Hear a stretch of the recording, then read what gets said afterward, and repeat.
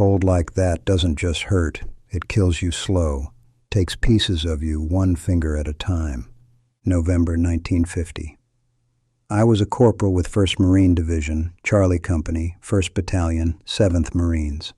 20 years old, from Arizona, where winter meant 60 degrees and a light jacket. I'd never seen real cold before Korea. Didn't know cold could be a weapon, could be deadlier than bullets. They told us we'd be home by Christmas, said the war was almost over, the Chinese wouldn't intervene. MacArthur had promised. We'd push the North Koreans all the way to the Chinese border. Victory was certain. Just had to mop up a few stragglers and we could go home. We believed it. Why wouldn't we? We were United States Marines. We'd never lost a war. Never would. That confidence lasted until the Chinese came over the border. Then it lasted another few days until we reached the Chosin Reservoir. Then it died completely on the night of November 27th when the temperature dropped to 25 below zero and 120,000 Chinese soldiers attacked our positions. My name is Marcus Webb. I'm 55 years old now. Been 35 years since Chosin. But I can still feel that cold. Still feel it in my bones, in my stumps where fingers used to be, in the parts of my feet they had to amputate. The cold never leaves you. Not really. I joined the Marines in 1948. Wanted adventure. Wanted to see the world. Wanted to prove I was a man. Boot camp at Paris Island was hell, but I made it through. Got stationed at Camp Pendleton. Was planning on making a career of it. Then North Korea invaded the South in June 1950. Everything changed overnight. They mobilized us fast, shipped us to Korea in September. We landed at Incheon, pushed inland, chased the North Korean army north. Easy so far. We were winning. The enemy was on the run. Officers were already talking about occupation duty, about being home for Christmas. Nobody mentioned the Chinese. Nobody considered what would happen if 300,000 Chinese soldiers crossed the border while we were scattered across North Korea in the middle of winter. Nobody prepared us for Chosin. We reached the Chosin Reservoir area in mid-November. Mountainous terrain, frozen lakes, little villages scattered around. Strategic position, they told us. Hold this, control the region. The cold had already started. Not the killing cold yet. Just uncomfortable. 10 degrees, 20 degrees. We had winter gear, but not enough. Not the right kind. Parkas that weren't warm enough. Gloves that didn't fit right. Boots that weren't rated for real cold. But we were Marines. We'd dealt with worse. Or so we thought. My platoon was positioned on a hill overlooking the reservoir. Dug in as best we could. The ground was already frozen solid. Took hours to dig foxholes that were barely deep enough. Pickaxes bounced off the frozen earth. "This is bullshit," said Tommy Hernandez, a kid from Texas. "Can't dig, can't sleep, can't even take a piss without freezing your dick off." He wasn't wrong. Everything was harder in the cold. Simple tasks became ordeals. Eating, drinking, weapons maintenance. Your rifle would freeze. The bolt wouldn't cycle. Oil turned to sludge. Water in your canteen turned to ice. And it was getting colder. Every day the temperature dropped. 20 degrees, 10 degrees, 0, below zero. "How cold does it get up here?" Someone asked our lieutenant. "Cold enough," he said. Didn't elaborate. Maybe he didn't know. Maybe he didn't want to scare us. We started seeing signs, Chinese probes, scouts, small patrols testing our positions. They'd appear and disappear like ghosts. We'd fire, they'd vanish into the mountains. "They're out there," Sergeant Walsh said, old-timer who'd fought in the Pacific during World War II. "Lots of them. I can feel it." Intelligence said there were maybe 40,000 Chinese in the area. Manageable numbers. We had air support, artillery, superior firepower. We could handle it. Intelligence was wrong. Way wrong. November 27th. Temperature dropped to 25 below zero. Wind chill made it feel like 40 below. That kind of cold is hard to describe. It's not just uncomfortable, it's painful. It burns. Your lungs hurt when you breathe, your face goes numb, your fingers stop working inside your gloves. We huddled in our positions, trying to stay warm. Impossible task. You'd do jumping jacks, stamp your feet, anything to keep blood moving. But the cold was relentless. Around 2,200 hours we heard them. Bugles in the darkness, whistles, horns, strange sounds echoing through the mountains. Then tracers lit up the night, green tracers coming from everywhere, Chinese positions we didn't know existed, thousands of them, tens of thousands. They hit us from 3 sides, a human wave attack, screaming, shooting, dying, but keep coming, always keep coming. The Battle of Chosin Reservoir had begun, and so had our nightmare. The first wave came right at our position. We opened fire with everything we had. Machine guns, rifles, grenades. You couldn't miss. There were too many of them, but they kept coming. You'd shoot a man, he'd go down, another would take his place. They'd climb over their own dead to get to us.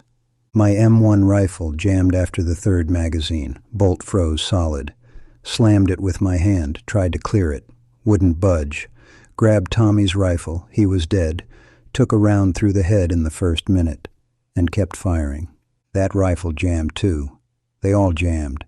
The cold was killing our weapons faster than we could kill the Chinese. We fought with bayonets, with entrenching tools, with our hands, hand-to-hand combat in 25 below zero, slipping on ice, stumbling over frozen corpses.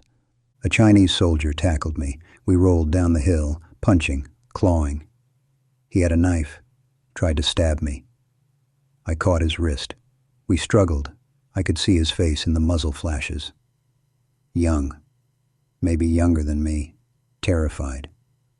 I got the knife away from him, stabbed him in the throat.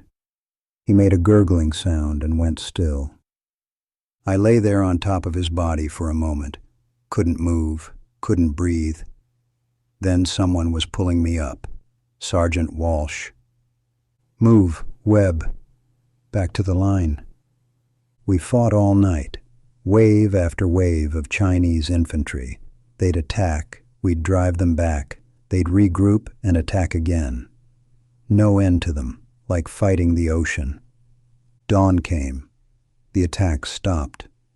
We'd held our position, barely. Half the platoon was dead. The other half was wounded or frostbitten, or both. I looked at my hands, couldn't feel them. Pulled off my gloves. My fingers were white, waxy dead tissue, frostbite, bad frostbite. Tommy Hernandez, not dead after all, I'd grabbed someone else's rifle, was sitting against a rock. His feet were frozen solid inside his boots. We tried to get the boots off, couldn't.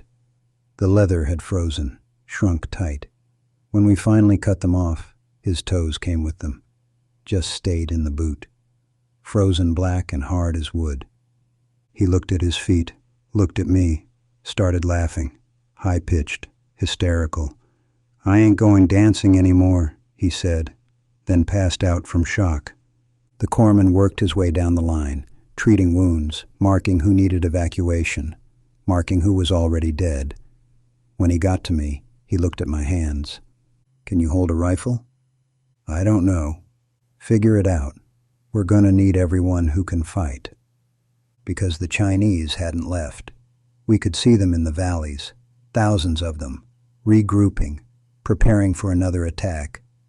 And we were surrounded, cut off, outnumbered maybe 20 to 1, low on ammunition, our weapons freezing, men dying from their wounds, from frostbite, from the cold. "They're going to hit us again tonight," Walsh said. Stated it as fact. Not worried, not scared, just resigned. He was right. They hit us again that night. And the next night. And the next. For 13 days we fought the Chinese, fought the cold, fought to survive. Most of us didn't. They called it a fighting withdrawal. Retreat sounded too much like defeat, and Marines don't retreat. We were advancing in a different direction. That's what the officers said. Didn't matter what you called it. We were running for our lives. The plan was to fight our way south, 78 miles from Chosin to the port at Hungnam, through mountain passes, through Chinese positions, in temperatures that hit 40 below. We moved at night when we could, during the day when we had to, always fighting, Chinese everywhere, on the ridges, in the valleys, behind us, ahead of us. They had us surrounded, but we had to break through. The convoy was chaos. Trucks, tanks, artillery pieces, thousands of Marines and Army troops, wounded packed in vehicles, dead stacked like cordwood because we couldn't leave them behind. My hands were useless by the third day. Couldn't grip a rifle anymore. Couldn't pull a trigger. The frostbite had gone deep, fingers black and swollen. Corpsmen said they'd have to come off if I survived long enough to reach a hospital. So I drove. Sat behind the wheel of a supply truck, steering with my palms and wrists. Couldn't feel the wheel. Couldn't feel anything. Just followed the truck ahead. Tried not to crash. Tried not to think about the Chinese positions we had to drive through. Tommy Hernandez was in the back with other wounded. Both feet gone now. Amputated in a field hospital. No anesthesia. Just morphine and a bone saw and screaming. He was quieter now. In shock, maybe. Or just accepting what had happened. We all were. You either accepted it or you went crazy. A lot of guys went crazy. We lost vehicles every day. Chinese would hit the convoy, destroy a truck. We'd redistribute the men and keep moving. Left the dead where they fell. Couldn't stop to bury them. The ground was frozen too hard anyway. The cold killed more than bullets. Men would fall asleep and never wake up. Hypothermia, or they'd stop to rest, sit down for just a minute, freeze to death sitting upright. You'd see them along the route. Frozen bodies in firing positions. Frozen bodies in foxholes. Frozen bodies still holding their rifles. I stopped feeling anything by day 5. Not my hands. Not my feet. Not my face. Just numb everywhere. Maybe that was better. Better than feeling the cold. Better than feeling the fear. We passed through a village called Hagaru-ri. Supposed to be friendly. Found it full of Chinese. Had to fight through it. Lost more men. Lost more vehicles. At night the Chinese would attack again. Bugles and whistles and green tracers. We'd fight them off. Barely. Then keep moving. 78 miles. In normal conditions, maybe 2 days. Took us 13 days. 13 days of fighting and freezing and dying. We reached Hungnam on December 11th. What was left of us? 1st Marine Division went into Chosin with 15,000 men. About 750 came out without any wounds or frostbite. I wasn't one of them. They put me on a hospital ship in Hungnam Harbor, laid me on a cot below decks with hundreds of other wounded. The warmth hit me like a hammer. After 2 weeks in sub-zero temperatures, normal room temperature felt like fire on my skin. That's when the pain started. When your frozen tissue thaws, the nerves wake up, and they scream. I screamed too. Couldn't help it. The pain was worse than anything at Chosin. Worse than combat. Worse than watching friends die.